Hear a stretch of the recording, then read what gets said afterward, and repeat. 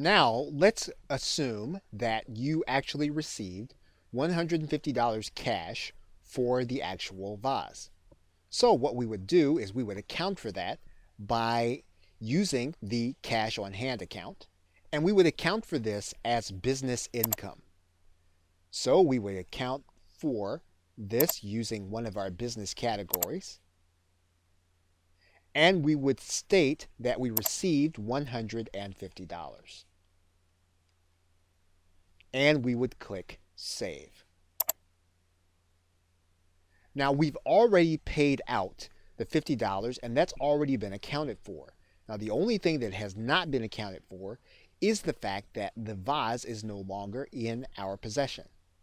So what we would need to do is to go to the vase account, and then we would close out that account by decreasing the value by $50 and then clicking Save. That would bring the balance to 0. What we would do then is go to the Rare Vase account, edit the account, and then we would go to our display options. We can either hide the account or close the account, and we can close out the account, and then we can write in YES. And you'll notice that our balances are still the same in our cash on hand account, and we have properly accounted for the vase.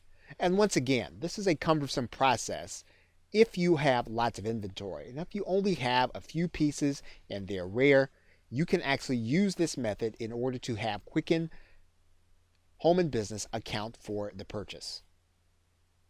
Okay, so with that, thanks, and I will see you in another video.